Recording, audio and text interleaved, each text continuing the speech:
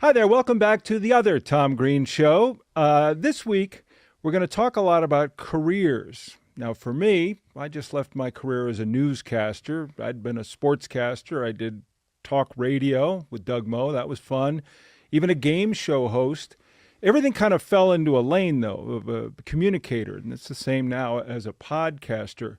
But when I think of careers, it used to be when you came out of school, whether you went to high school or college or whatever, you picked a lane and you pretty much stayed in that lane until you retired. And nowadays you see younger people tend to be more willing to change careers, change lanes significantly throughout the course of their working life. And it's just the way things are now. But today we're going to be talking with a man who I've known for a long time, who's had some of the most unique careers all in one life.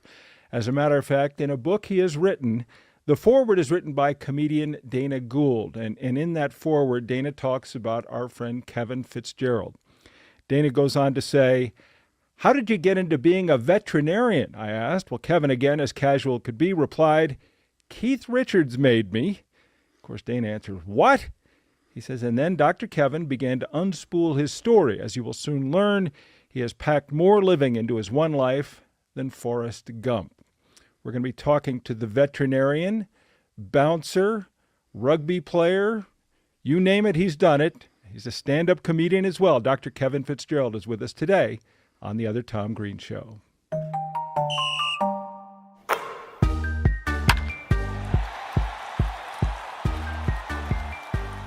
It's hard being a veterinarian, though. We are known as great lovers. I hate to tell you that. I had a blind date the other night, got her back to her place after the date. She said, "Tie me up, do what you do best." I tied her head to the bedboard and I neutered her beagle.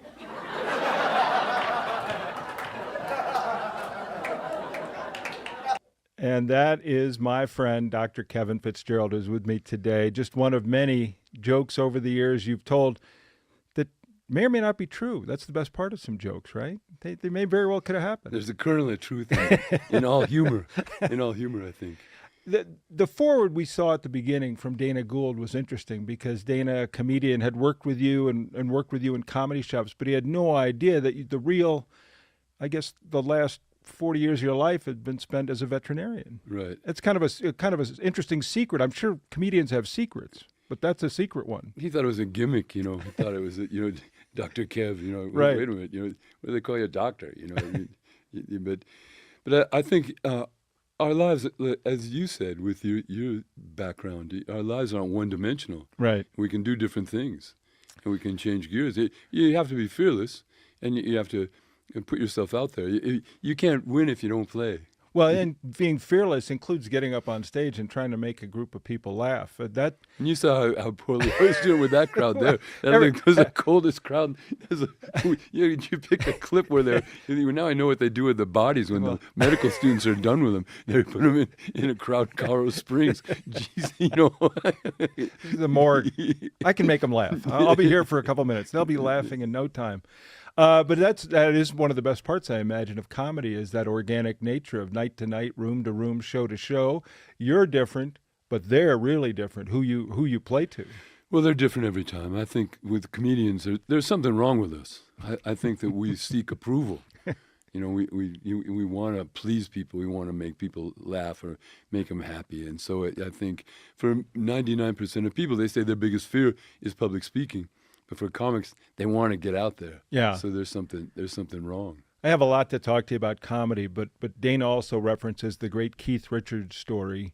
And so we're gonna wander through your life because this book, It Started with a Turtle, I think is a fascinating autobiography for anyone who's known you and or knows Denver, and Denver in its history through the mid-20th century on to the present, because you were born and raised here. You saw Denver from the 50s on through the present.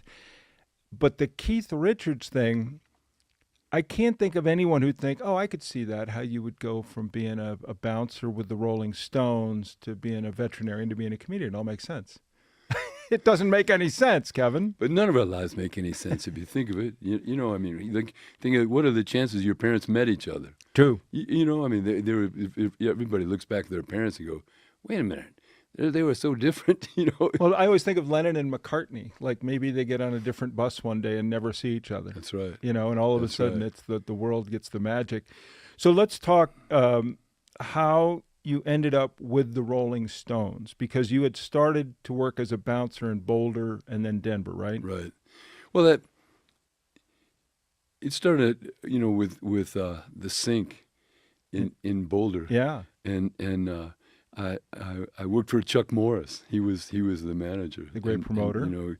God bless Chuck. And so Chuck had me. He goes, "Now I can give you $1.39 an hour and a hamburger every shift, but you're going to meet more girls than Frank Sinatra because it's a sorority girl afternoon on Friday." So I did that, and then Herbie Kavar owned the sink, and then we moved up. He also owned Tulagi's, and Chuck was doing so well. He goes, "I'm going to have you manage Tulagi's." So I went up there, and the music, and then Chuck became partners with Barry Fay. Sure. And Barry had the club in Denver, the Family Dog, and was bringing in big acts. And Colorado had been this flyover place. The bands didn't come here. Right. There was, You were either on the way up or way down if you were a band. This was a little place, so we didn't get anybody. But Barry brought people here.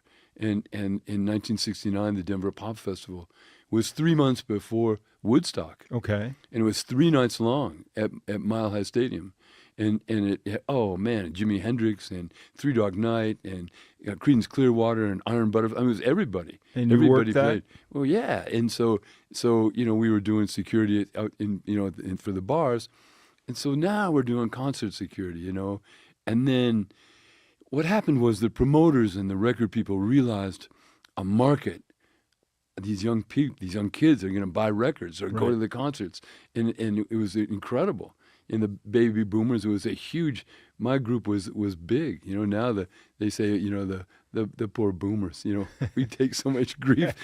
I went to my doctor. He goes, "What's wrong with you guys?" A guy came in here the other day. He's 78 years old. He goes, "I can't ski the bumps anymore." Well, you're 78 for God's sake. What did you want to think you could do forever? So the promoters realized, man, and Barry was sharp and realized Yeah.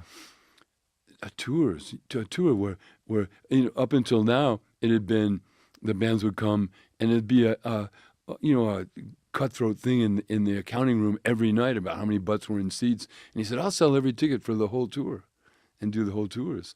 So the Rolling Stones, 69, 72, and so then we used Tony Funches, my boss, God bless him, he hired me, and then Jimmy Callahan, the head bouncer for the Rolling Stone. I had an Irish last name, I still do, and he says, "Yeah." So once you got on with something like that, and then you had proved yourself, then you could come back the next time, and there were multiple tours, and the tours, it was like being a little boy from Denver getting on a tour is like running away with a circus. I mean, I had heard all about these places. I lived in Denver. I'd been to Pueblo, but I hadn't Well, been. they hadn't had the incident out with the Hells Angels yet at that point, but That was the end of the tour. But that's what I was just Altamont. going to ask you about, because being a bouncer, you were a big, strong rugby player. That's part of your job was to look. Hopefully that would stop things before it happened, is to look imposing, like Tony Funches and these guys.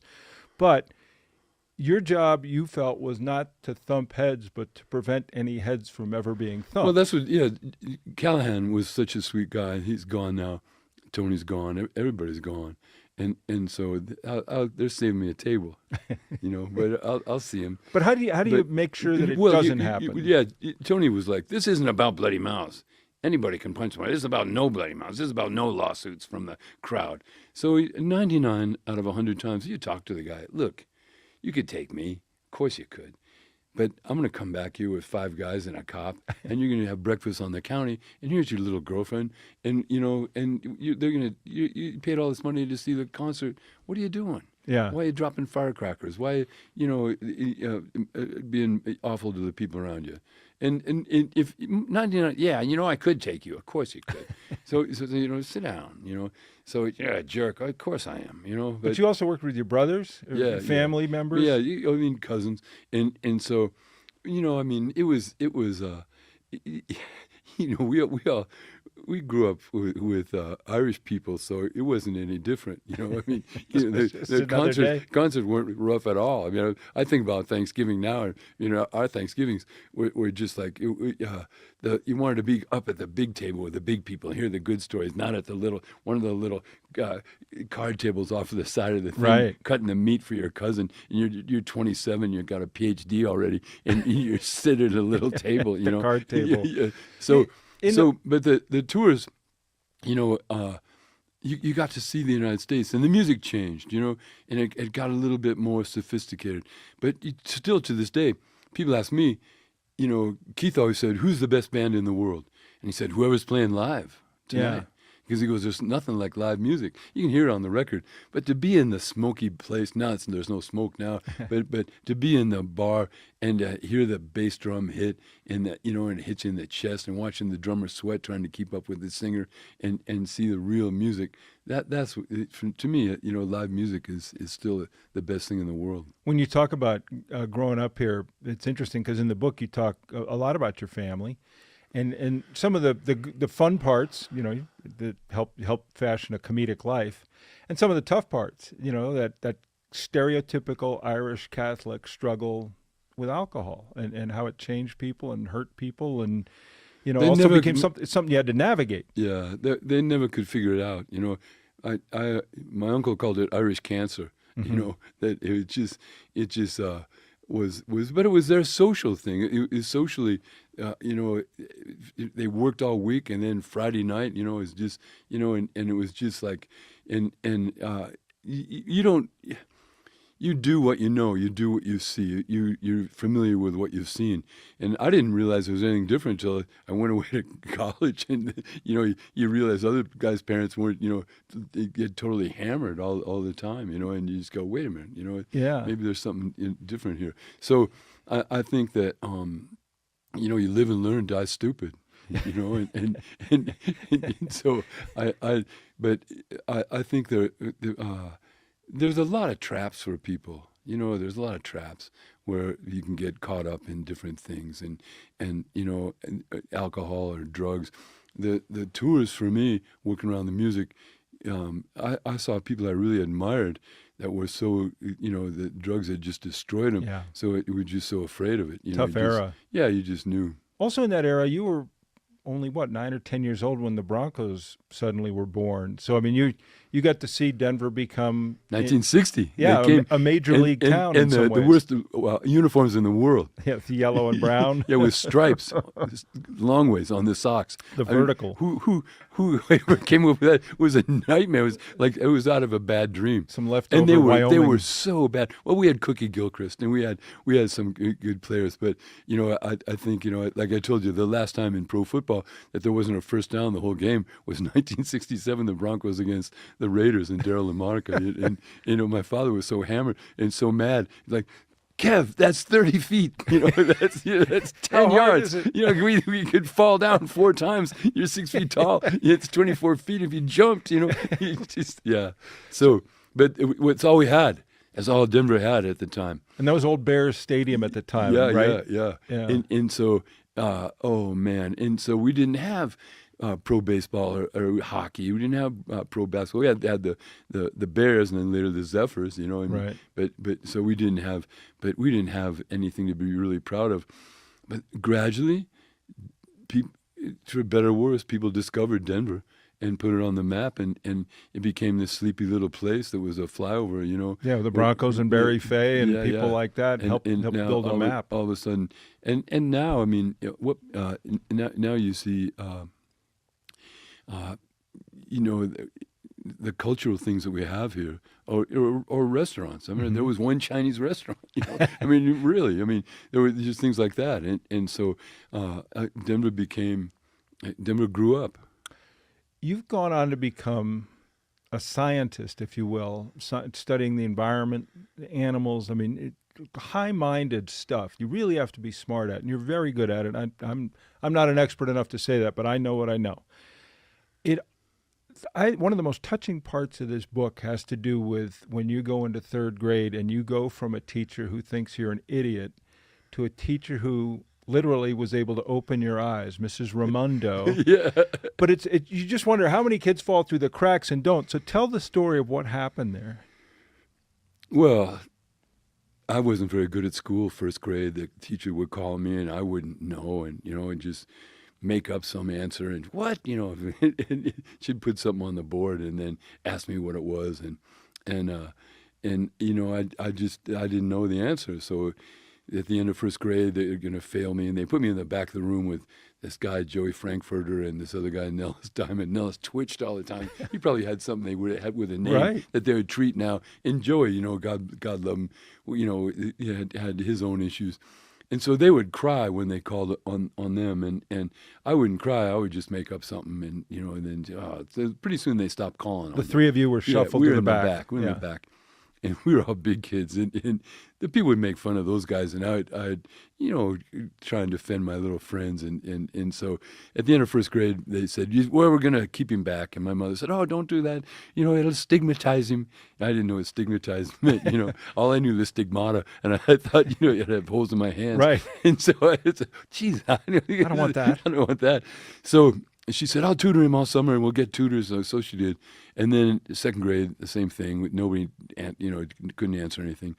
And then third grade, this woman came in, this Italian woman, Mrs. Raimondo, and the second grade nun said, okay, well, here's your class. Here's my second graders now going to be third graders. And my mother had tutored me and cried and got me to move ahead again. So, the Mrs. Raimondo said, who are those big boys in the back? And she said, well, they're absolute retards. They're total idiots. You don't even waste time with them. Don't do anything with them. And yeah, so she looked. So every day after school, she kept me after school and worked with me at the desk. And go, how come you can do it right here? How come you can do it when we do it right here? And I put it on the board and you can't do it. And she goes, all of a sudden her face like a light bulb went on. She goes, you're not a retard. You can't see. So she put me in the car, drove me to my parents' house, gave me a card with her ophthalmologist, and call him and get him. He needs glasses. He can do the work. That must have been revolutionary to you as you're 8 or 9 years old. You Now get you can out of the see. doctor's office and you go, wow, it's not just green. There's actual blades of grass. You can see the leaves. Everything was, But you think, I didn't know anything different. So that was it. You just had eyes like a cave fish, And like I said, you wonder how many kids fall through the cracks that they aren't or weren't recognized. Just it was, But, teachers are overwhelmed too. The thing about that story is why she took the time, or what made her, So it just shows what an impact a teacher can have. I tried to find her years later, but she had gone on to wherever old teachers go, to a reward, and told her daughter this story. God bless Mrs. Raimondo. Yeah, so you end up going to GW, you end up going to CU, and it seems like college changed you a bit, like you a little more worldly. It opened your eyes. You got out of Denver, you're up in Boulder, and you're meeting people from other places now. We meet people from other states. Yeah. I think that's an important thing to, people with different. You meet a guy from Chicago or he's from Milwaukee. Milwaukee, that's a real place. Yeah. And these guys are from the South, or the people from Dallas, and you see, and at that time, touring too. Places had regional flavors. Yeah. The stores were different in Sure. Dallas than the Piggly Wiggly. And, Who named that? Yeah. There were places and or you could get, what is this quesadilla? And you had these foods that were regional. Oh yeah. Sheboygan summer sausage. What is this? Crazy. So but now, one unfortunate thing I think about the United States is we become homogenized. You can get great Cajun food anywhere. Yeah, in Alaska. In Denver. Maybe it's not great Cajun food, but it's Cajun food. Yeah. And so, but the first time you go to New Orleans as a kid, in 1969 on a tour, and you go, man, this, red beans and rice, I like this, So you get out of college, and obviously your next step would be to become a bouncer. It's a nice career. So you end up, you latch on with the Stones, but talk about how Keith was able to be one of those people who kind of, when you were starting to ponder veterinary school, something you'd thought about before, he was the one who kind of gave you a little bit of a push out the door. Well, people talk about different things, and the Rolling Stones didn't stay popular for so long by accident. Yeah. I mean, Pretty good. There's a lot of, a lot of thought behind things, and I think every 4 or 5 years they kind of get rediscovered, Yeah. a new audience, and so they all each had their own job, and Jagger was in charge of ticket prices and talking to people and things like that, and Charlie was in charge of the stage and what the stage looked like, and Keith was in charge of the bouncers, and so at the end of the tour he'd talk to you and he was like, well, what are you going to do? You've been with us since 69, 72, 75, 78. What? Can't do this forever. And he said, we're not going to do it forever. We can't, Yeah, we're going to be like he didn't know. He go, we'll be like the flavor of the month. You can't, what are you going to do? You can't be a bouncer when you're 50. So, yeah, why don't you go to school? Why don't you do something? I'll write you a letter. I'll do whatever I can. So I came back to Denver, and my brother picked me up at the airport and said, Keith told me I got to get a grip on my life.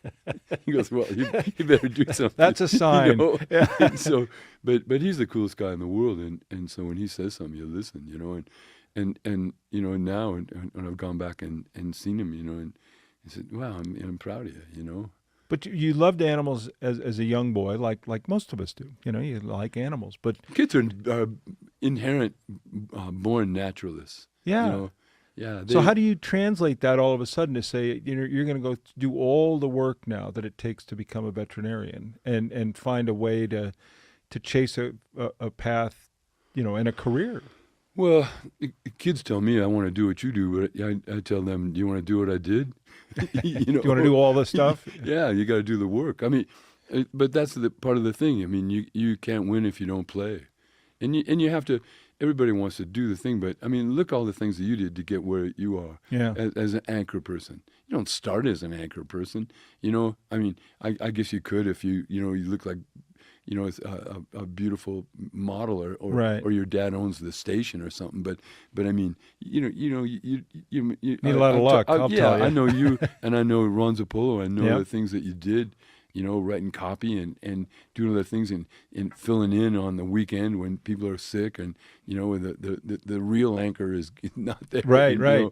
And all of a sudden, pretty soon you're the guy. But you made a choice, like when someone chooses a career, they can often see getting into that career. When you decide to be a veterinarian, you have to go through years of school. You have to make a big commitment with your life to even get to the door to get in. Yeah, well, I think you have to decide and you have to commit and you have to be kind of fearless and think that you're going to do this and the years go by so fast. Yeah. And so you don't want to waste years, and so I was the oldest one in my class, of course. You were at Colorado State. Yeah. Yeah. Before Great college. veterinary school, right? Great veterinary school, and wonderful teachers and role models and so it was a great place and so I'd gotten there and I already had a PhD, because I didn't get into vet school when I first applied from college, and in the summertime we were bouncing on tours. Those times. Now they do Red Rocks even. They did it last night, I mean. Right. They do it we stopped, bam, middle of September. And we couldn't do the big stadiums because there were football teams and they didn't want kids in there wrecking the place with concerts, Right. So the tours were in the summertime. So that was perfect for school, for graduate school or something. So I applied to vet school, didn't get in, got put on the waiting list. They said, show us you want to do something, you'll get in next year. So I knew this wonderful guy in Boulder, and I said, well, why don't you get a master's with me and apply next year? So I got a master's and a PhD with him, and then You make that sound pretty easy. well, and then he Not like filling out a form, he made it easy, and you do the work, and so they got a job at the University of Hawaii, and then a postdoc, and with a guy, David Cruz from Harvard, and then the grant money was drying up at the end of the 70s, and applied to veterinary school again after Keith said that and got in. The problem with the tours was it was so comfortable and it was so much fun. You don't want it to ever end. We knew Chuck Grant and I, Tony Funches, we'd talk and go, this isn't going to last forever. Right. We're going to think back and think these were our best days. I mean, you're on a per diem. You know, you don't have to buy anything. You're getting paid. Right. You're around the music. I couldn't play an instrument to save my life, but I got to be 5 feet from the stage, you know, every night. Yeah. And I'd do the advance, go ahead of the band, look at the hotels, look at the airport to the venue to the hotel, how we could get people in and out, you know, and try and keep people away from the hotel and do a misdirection and tell the press, oh, we're staying at the, you know, this Right. place, and then we're really at the Four Seasons or wherever. So you learn and you grew, and it became a business from the late '60s to what it is now. Yeah. I mean, you know, Big concert- business now. Yeah, Big it's money. huge, and corporate sponsorship. You know, so it would take over the whole tour, and so yeah, it's a whole different animal now. Is there a technical part of becoming a vet that's the hardest? Is it science? Is it chemistry? I mean, you obviously need to learn so much about pretty Well, much every animal. Well, I think I think you have to love people. You know, when people tell me, "Oh, my daughter's really good with animals, but she doesn't like people, she'd be a great vet." No. The people pay the freight. They're your You customers. know, and the Yeah. people. See, there's been a change in public opinion in the United States. In the American Veterinary Medical Association in 1957 did a telephone survey where they said, "Do you think your pet's part of the family?" In Yeah. 57. 43% of Americans said that. They did the same thing 50 years later, 2007, and 97% of Americans. So the people, they come and they have to trust you. So you have to, I mean, everybody loves animals. Like we said, kids, you know, have a natural biophilia. They have a natural tendency to animals. There's 10 million other forms of life on the planet besides us. So, I mean, yeah, in Colorado, we have wonderful wildlife. I mean, you don't have to go very far to see a deer or wherever. But you've got this natural feel for animals. But then you have to school a little bit. You have to do science and like medicine, like to study. But I think if I'd pick a kid, I'd pick a kid that was good with people, so that you know he could talk to his clients and not. Yeah. Your dog terminated at 11:30 today. You know, Not wait a helpful. minute, terminated. You know, so you have to. I think you know it has to be a cushion for people there. You have to, you know. And people are afraid. They come in, they don't want to spend a lot of money, and Yeah. they don't want the animal to be really sick, and they wait too long. They're like, oh, he'll get better tomorrow. You know? Yeah. Well, no, wait a minute. You know, he ate he ate all the Korean chicken. You know, he's got a belly full of It's not chicken good. bones. You know. So you and I have done a lot of TV together. I worked with you over at Channel 2. You're still doing Channel 2. We started in 2000. Yeah, so it's been 25 years. 25 years. And we've had you on over at Channel 9 when I worked there as Yeah. well. And it's so And the funny. rattlesnakes, we had, yeah. Well, that's the thing. I just remember I'm uncomfortable around certain animals, like snakes can alarm people, things like that.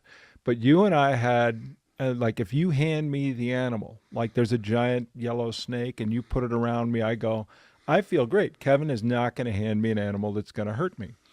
And then whatever animal you brought in, you know, it was always like a little dodgy, and it would be like, no, Kevin handed it to me. It's okay.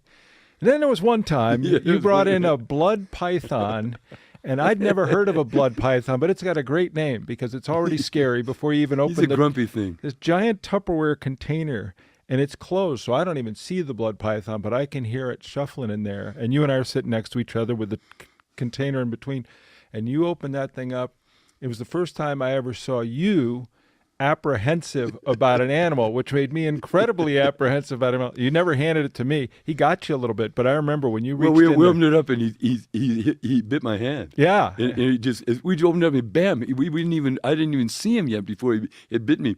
So it's like, well, you know, and then you're on television, so you have like, this is totally normal. And this happens every day. You know, I'm bitten by. I can feel the venom I'm now. bitten by grumpy snakes. You know, and don't mind the blood. You know, Tom, it's fine. And you know, it's just sometimes I bleed a little I bit. was I'm kind of backing up. I'm an easy bleeder. You know, I was bailing. I was gonna rescue you by going to call 911 or do something like that. But because of your handling of animals, you do handle animals that aren't necessarily in good moods, that are Well, potentially they dangerous. don't know what you're trying to do, Yeah. and they have defensive. Are you mechanisms wary at times of like? Well, I mean, I love dogs. I make my living on them, and cats, but they're not little people. They're animals. Yeah. And so I think we have to be aware that, we do a poor job with children and teaching them how to approach dogs they don't know. They go down and bare their teeth, and it's an aggressive display to the dog. But so I think that dog bites could be prevented just by a little bit of common sense. Well, you're also poking animals in funny places, that's uncomfortable right. places. Yeah, every time they come, they have a surgery and have their testicles removed or something. Yeah. I mean, it's probably not the best. Hey, how are you? Yeah. You've veterinary medicine, veterinary science has taken you around the world, and I always think of you, pictures of you with polar bears, and you've gone from doing emergency vets on TV, the show you did for a long time, everywhere. But then there's sometimes I'm always like, really, you went to Mongolia to see buzzards, or what? Well, you're so curious. Well, I think that we're so lucky. We live in Denver, and the Denver Zoo. Excuse me. Mm-hmm. People are against zoos, animals in cages and stuff. But the Denver Zoo puts more children in every year than adults go to the Rockies, Nuggets, Avalanche, and Broncos combined. Mm-hmm. So we put 2.3 million kids in there. And the zoo has these research places around the world where they go in, set aside an area, a large area, where there's endangered species, mm-hmm. and then try and invest into the local community, the local population, to start to buy into, oh man, we're going to save these animals. This is a better deal. Tourists will come and see. And now in Mongolia, the zoo set aside an area with Dr.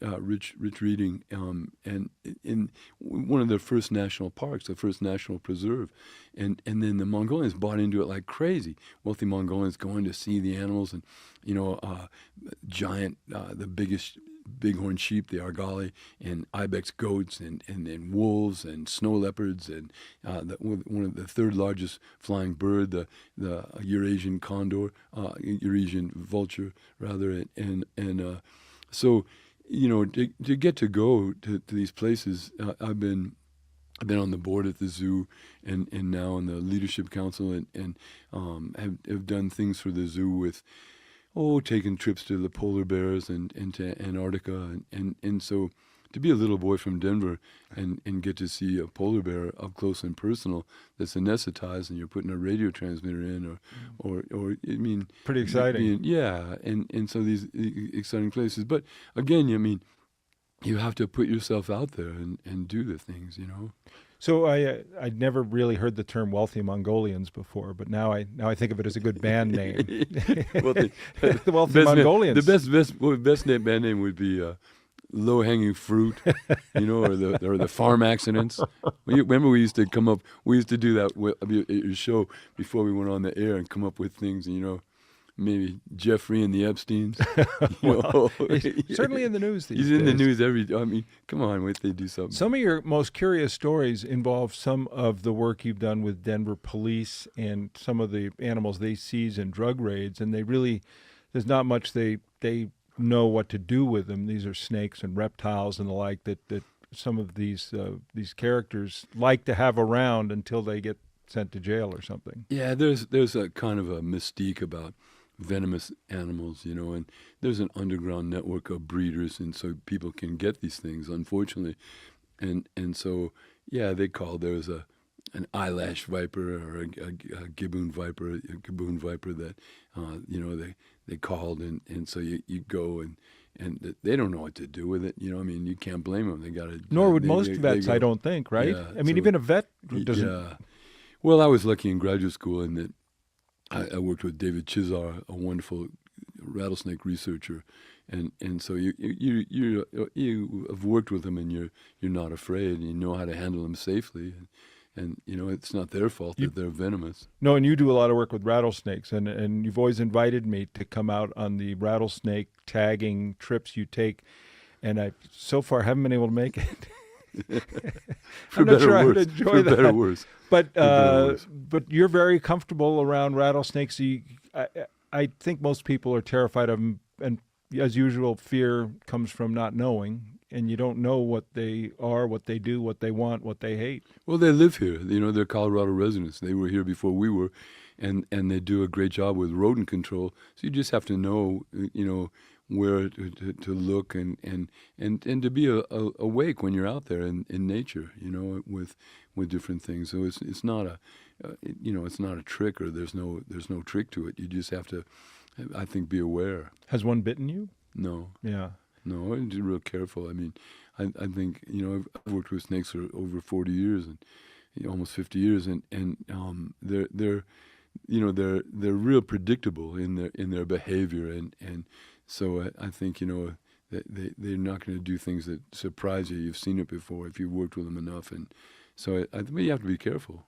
So I think of you, and this career as a veterinarian is a terrific one, and you've made, I think, so many friends through your work and through your personality, and some of that is Mr. St. Patrick's Day parade and all that. But as far as being a veterinarian and people come to you and trust you and grow to love you for the help you give them and their animals, and then comedy rears its head in your career. And I just wondered, I could see at one point as a young boy maybe dreaming of being a vet, but did you ever think, were you addicted to comedy as a young man? Well, we always loved comedy. When did you get it? In college we loved comedy. I mean, we loved the old stuff. We liked to see Jack Benny and we liked George Burns. And sure. Henny Youngman would still come to Las Vegas, and we would go and take my wife here, please. and so we liked it so much.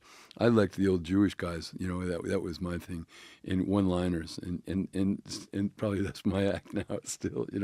But I had a friend that was doing it, and he was getting paid. He was getting paid pretty well, and I didn't find him funny. I found him sincere. Right. If somebody's not funny, I don't say they're not funny. I say they're very sincere. And so it's a nice way of getting out of it. If somebody's bad at what they do, you're seeing your buddy's little daughter, and she's at the recital, and she's horrible, and you just go, oh, she's sincere. She's great. Yeah, your daughter's so sincere. and so to me, that's my code word. But the gap between being a kid and going to Vegas and seeing Henny Youngman or Milton Berle or whoever it was, and all of a sudden in the midlife deciding, I want to get up there and I think I can do it and I want to do it. Well, if you don't get married, you can do a lot. You have a lot of time on your hands. If you don't have children, you don't have a wife, and nobody can tell you no, Kevin. Why would you? Well, there are plenty of people to tell you no, though. Not people you love, but but so I had his friends doing it. So I started doing it, and like anything else, you don't start to do well. You have to go out and chew on it a few times, and and then you kind of heal up. About a week later, you go back, and you're not so You've learned that, well, man, maybe those jokes weren't the best. Maybe I can do better jokes, or maybe there's something more I can do. But it took a long time. I think I was on the new talent thing before I got on the regular schedule. The Comedy Works for 7 or 8 years. You're just doing open mic nights where they're giving you 3 minutes. So pretty soon, you're just kind of, and I think persistence is a virtue that I think is underrated, and where somebody's persistent and just keeps at it, and I mean, you saw, my stand-up, I don't know, if somebody likes it, I think maybe they should have, higher, and shoot higher, have higher standards, have higher expectations, but I think we're all funny. I think everybody's funny, has their own type of sense of humor, but you just have to kind of find it and know your audience, and it's stand-up comedy is like getting shot out of a cannon. It's really fun, and it's nice, and I think that you try different things, Yeah. I tried all these different things in the beginning. It didn't work. Tried the dying comic where he rolled me out in the hospital bed, and the MC goes, "There's one chance in a million, folks. The doctor said if you'll laugh, he could get stronger." So you're in an oxygen tent. You got the thing. You have an ill-fitting gown with your bottom hanging out, and so you tell a joke. It's just like you're telling jokes like horrible stuff like, "What has four balls and eats ants? My two uncles in Schenectady." And then they start to laugh, and then you sit up in the bed and start combing your hair, and then they realize, well, the more we laugh, and then he's coming around. Yeah, and you're doing jokes like, who circumcises whales? Foreskin divers. Now they're dying, and they're just, you're doing the worst jokes. That's animal humor. What's the difference between a Harley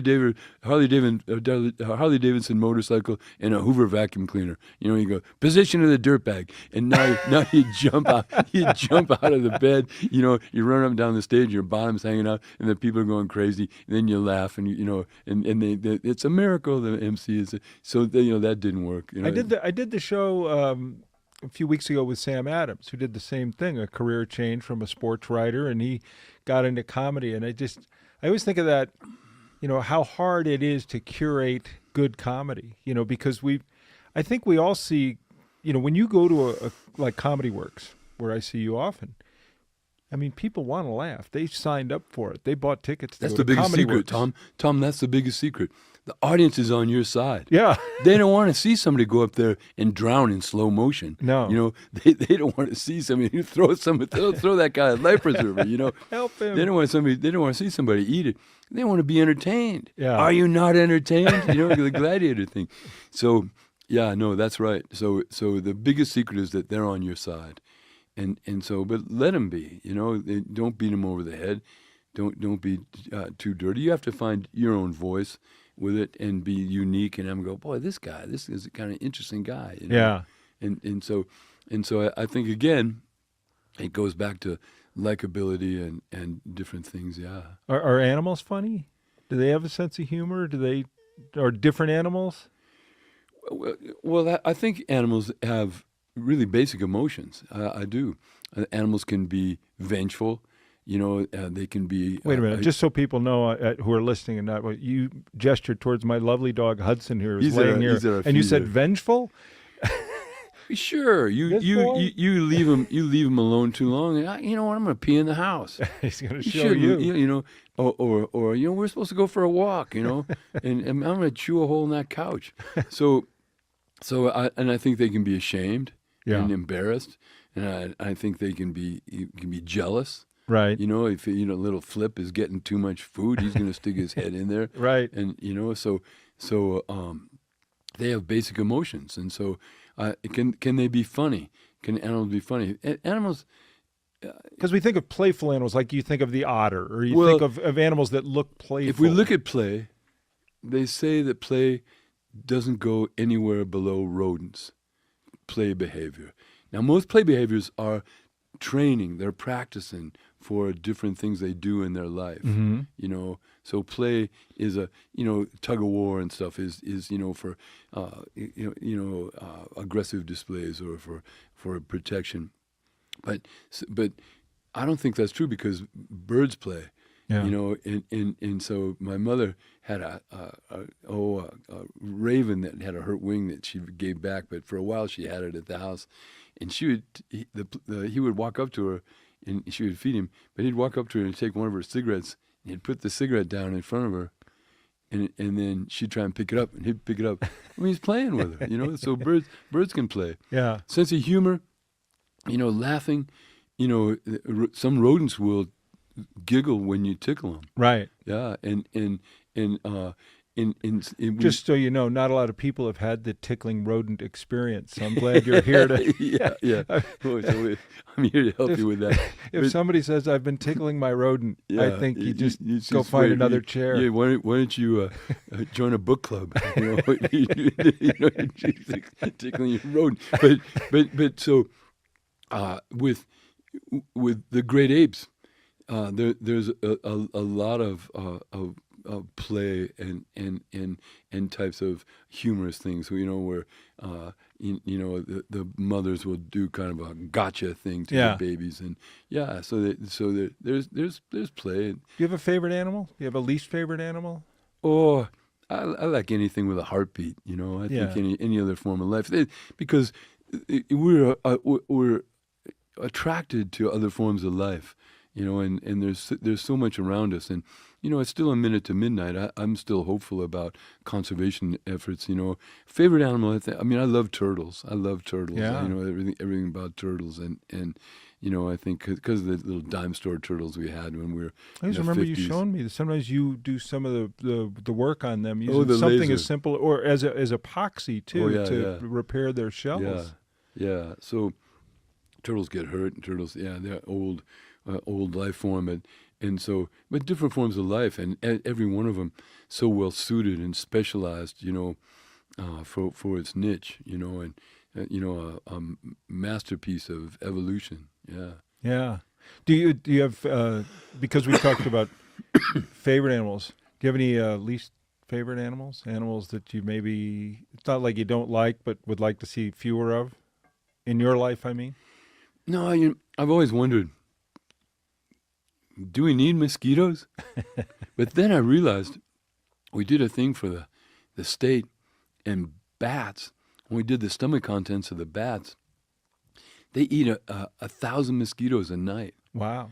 So they're a form of food for everybody So else. that's when we get into the chain. The mosquitoes are needed to keep the bats fed, to Yeah. keep the and Yeah, that's how. but mosquitoes have killed more people than all the wars put together with, yellow fever and malaria, and the different diseases that they transmit. So I think maybe we'll get rid of mosquitoes, but then what would the bats eat? So this book, which talks so much about your life and all that, it also talks a great deal about conservation and about animals in our world. And Half the book, yeah. yeah, from bees to whales, we talk about the struggle to keep our planet healthy and the way everything affects these animals and the way these animals affect our world. Well,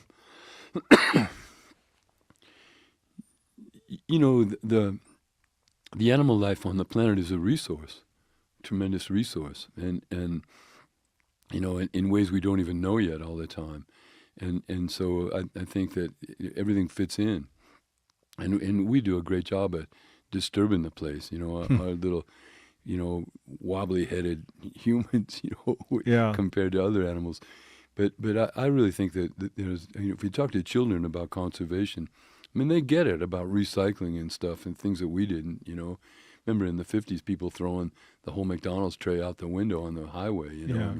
as you're driving, or your parents smoking in the car while you were in there, It's lucky any of us lived at all. So are we doing better? No. But Are we we can. worse? We can. We're not worse, but at least we're aware of what we're doing wrong. And I think that there's still time to do it right. We need visionaries.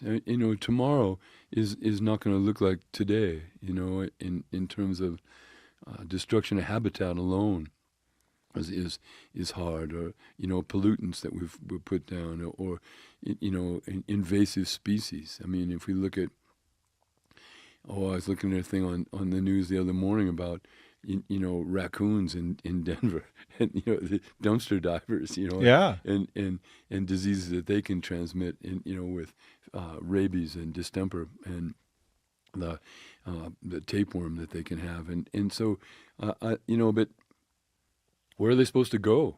They were here first. Now all of a sudden there's an apartment building where his den was. Right. Well, I wonder, because you talk about mosquitoes, and then there are also things like we do talk about, and people, I think, shock, but then do they really learn more about things like bird flu and how illnesses and ailments that are belong to the animal kingdom or are transmitted by the animal kingdom are going to directly impact us more and more? Well, look what's happened since 2000. People talk about COVID, but there's been 7 pandemics, really. Mm-hmm. West Nile in 2000, right? And just had a cousin die of West Nile here in Denver. So West Nile here in the United States and worldwide in 2000, a new virus, then SARS-1, then SARS-2, then the Mediterranean respiratory virus MERS, has 4, then Ebola and Zika and COVID. So these new diseases all the time. The disease is poking us and going, hey, hey, hey, hey. And with all these, the one thing they have in common is some animal in the beginning, Right. or a hantavirus, from the rodents in horse barns, and so I think, these things are all around us, and so many of these things are, it's an animal disease. Well, it's really not. It's a zoonotic disease that can jump, and they can give to people, or that we could give back into them. So, and migratory animals, migratory birds that start in Asia and then end up in Europe or Africa, and also part of it is we're such a transient world population now. You jump in an airplane and go to Seattle, shake hands with a guy that you meet on the airplane. He's just come from China, right? And he's going home. So so he's got something, does the animal transmission, is that, because we talk about, obviously vaccines became important and controversial in the last half century, but what about managing this from an animal level? Is that something we can do as far as, is it treating animals? Is it controlling animal species or movements or things like that? Or how best to attack it? Early detection and testing these animals in the wild populations and realizing what's going on. And so, I think watchdog groups that of laboratories that you go, wow, we've got this. I think with if we look at the AIDS, with what happened, it just, these monkeys are dying, French veterinarians. What, monkeys are dying? What? Well, who cares about that? That can't be, And so then before you know it, you do the math. You do, yeah. So I think if we look at, just since I've gotten out of veterinary school, Legionnaire's disease and parvovirus and feline leukemia and canine influenza, and I mean the newness of these things, and they're mutating all the time, and I think that MRSA, in resistant bacteria, that I think that it's so funny. I found a notebook from the other day from the early 80s when I got out of school, and I looked at the antibiotics that I was using, and they're not even on the shelf anymore. They've been everything's resistant to them. So this has been somewhat depressing. So let's talk about comedy a little more. Yeah. No, it's depressing, but we have to be on top of it, and we are. We are. I mean.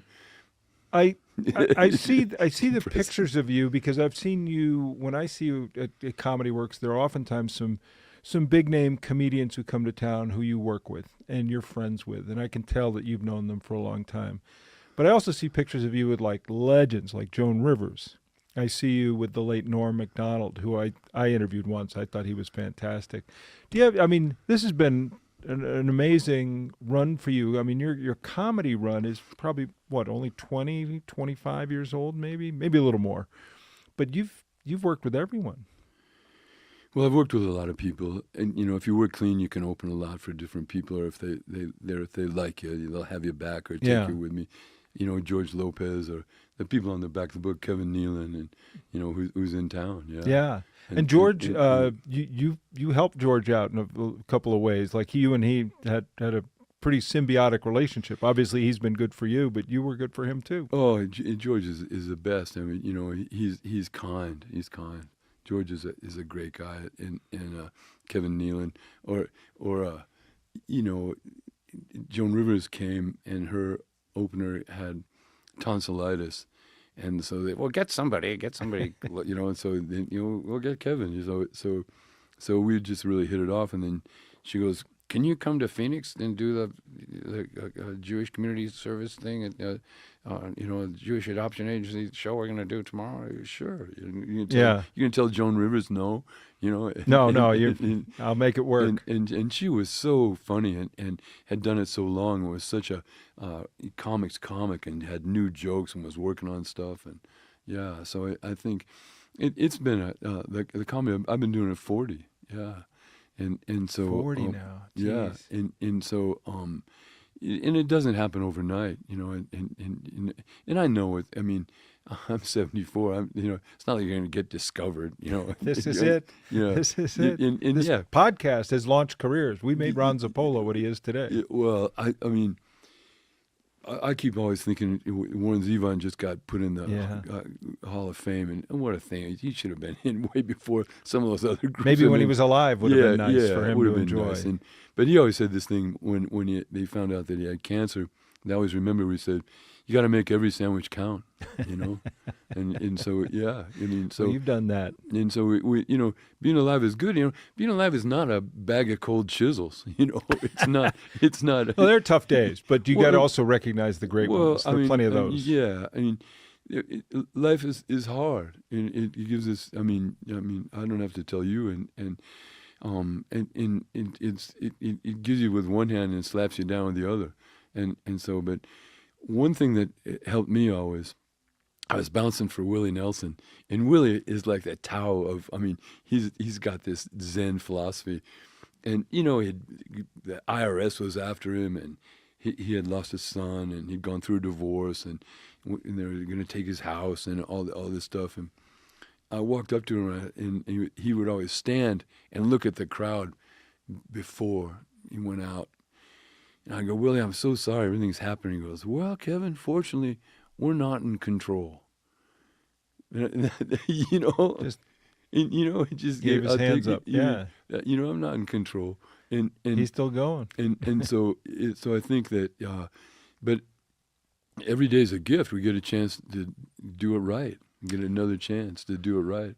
Well, you do one thing that a lot of people don't get to do, and that is you touch a lot of people's lives, and you do it through comedy, you do it through your veterinary practice, and through all the years, and being Denver's favorite son is a pretty big part of that, and it's not lost on me or many people, and I just think it's great that you continue to do all you do, and I imagine you don't see the end of the road for any of this. You're going to keep going. No, they were bug me yesterday. When are you going to retire? Yeah. Or maybe another book. Yeah. I mean, the thing about the book was that there was the pandemic, and people said, "You have a book in you." Everybody's always said, "You have your stories, and you should write a book." And so the pandemic came, and there were 2 years, and the world shut down. Yeah. There wasn't comedy, there wasn't restaurants, there weren't movies. Nope. And so it was a chance to maybe kind of reflect. And writing a memoir is kind of arrogant, because your life is interesting to you. Everybody's life is interesting to them. But is your life going to be interesting to a greater audience of strangers? Are people going to find it interesting to read? And I'll tell people straight up, I found the book fascinating, and you and I have known each other a long time. The funniest thing about reading your book to me is it's not Molly Feinberg, and it's not Mrs. Raimondo, and it's not the McCusker brothers, and it's not all the people who are in your book. The funniest thing about this book, when I read it, is I read it in your voice, that big voice, that Kevin Fitzgerald voice. I hear voice. I hear me. You hear your own voice, and you think, "Oh, Jesus!" Because you have an idea of what you sound like or what you look like. And it's totally wrong. And my voice, it's just this thuggery, it's just, I didn't, it's kind of like Rocky's brother or something. Well, if you want a great read, pick up It Started with a Turtle, Dr. Kevin Fitzgerald, our friend. It's a great book. It's a lot of fun. You'll learn a lot. And Kevin, I thank you so much for coming down here and spending some time with us thanks today. for having me. It's always good, buddy. Thank you. Thank you for having me. And Hudson thanks you for... Well, he's just laying there, but he thanks you. Sometimes just laying there is a way of saying thanks. Yeah, he's calm with us, so it's okay. Thanks, buddy. Thanks, as always, to the great Dr. Kevin Fitzgerald for taking some time and sharing some stories with us here on The Other Tom Green Show. As far as you doing your part, well, you can do some of what Kevin would like to see do as far as conservation. But for me, you can just like or subscribe or do any of that stuff that really helps our show continue. We're looking forward to next week. My buddy Kyle Keefe is going to come in. We'll try to talk about hockey if we can get him to pay attention for a couple minutes. He's kind of erratic. Anyway, thanks again for joining us. We do hope to see you back here again next week.